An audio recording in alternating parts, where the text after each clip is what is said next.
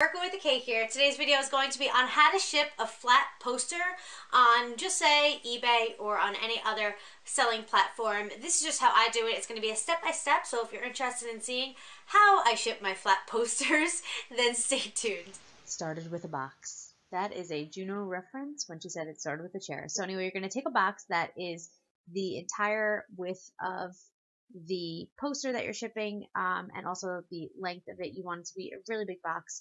And then you're going to cut off the weak side. That was like the little flap. You don't want that because you don't want it bending in the middle.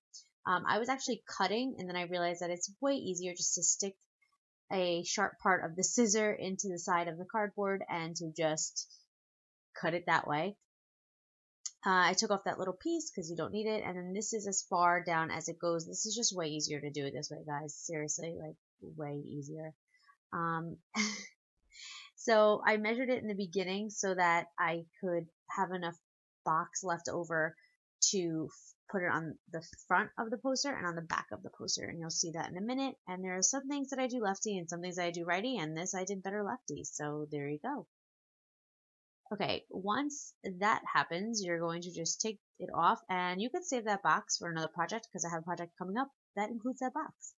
Okay, then you're going to put the poster on the piece of cardboard, and you're going to cut it right in the middle so that you have the other side to put over the poster. As I had already mentioned, it's really, really hard to cut a box or to cut a piece of cardboard, like really hard, so don't mind my struggle. Okay, so now you're going to make sure that everything fits. Go right, it does. Remove the poster and then put the two sides together. You're going to tape one side of this because you don't want stickiness on the poster. So you're going to tape the inside like that. So the sticky side is facing outward pretty much. You're going to see what I'm saying. So then take another piece of tape and just fold it over so that the sticky side is inside but not really. So it sticks just like that.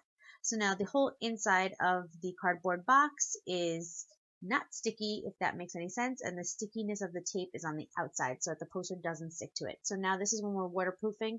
I took a huge bag. If you don't have a huge one, you could take smaller ones from like the grocery store, and you're going to wrap it in a plastic bag so that it's waterproofed in essence. And you want to tape it like a crazy person because also tape kind of waterproofs things too. I went crazy. I always go crazy. As I had mentioned in another video, I am crazy when it comes to tape.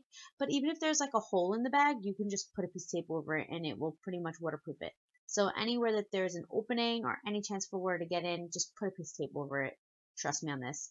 Then you're going to wrap it like as if it was a gift. I always use the wrapping paper inside out because there's just no reason for me to be sending Merry Christmas wrapping paper to people. I don't even know what they celebrate, so that would just be silly.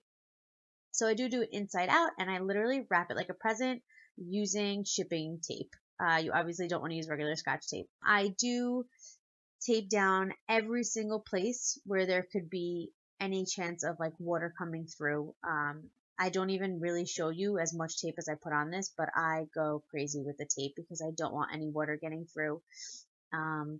Even though it's waterproofed pretty much, I just don't want to run the risk, and I also don't want it to rip in transit. So you just want to make sure you tape down any places that can come up. So you might be wondering why I didn't just put this in one of those tubes, shipping tubes, and that's because this poster was of a very heavy stock, and so it doesn't roll well, and then if I did roll it, it may not unroll, so that's why. And then you see that this is under a pound, which means we can send it first class. Guys, thank you so much for your love and support. Please don't forget to like and subscribe if you haven't already. I post videos every Monday, Wednesday, and Friday, and a vlog on Sundays. Thank you so much, and I'll see you in my next video. Bye.